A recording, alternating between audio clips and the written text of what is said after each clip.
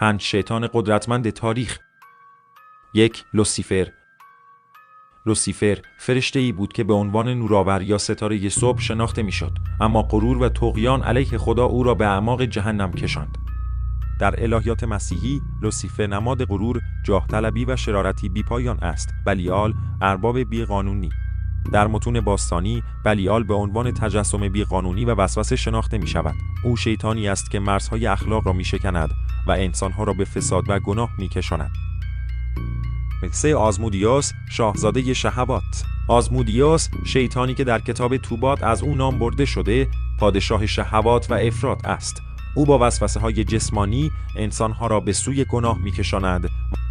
بلزبوب، ارباب فساد. بلزبوب که به ارباب مگس‌ها معروف است، نمادی از فساد و تباهی در زندگی بشر است. او در متون مسیحی به عنوان یکی از شیاطین اصلی شناخته می‌شود و بت‌پرستی و عبادت‌های نادرست را گسترش می‌دهد. خدای تاریکی و قربانی‌های خونی. ملک، خدای خونریزی و قربانی‌های وحشتناک در میان کنعانیان، تصویری ترسناک از جاه طلبی و شرارت مطلق است. او که با قربانی کردن کودکان برای قدرت شناخته می‌شود، در فرهنگ مدرن به نماد تاریک‌ترین جنبه‌های طمع و بیرحمی تبدیل شده است.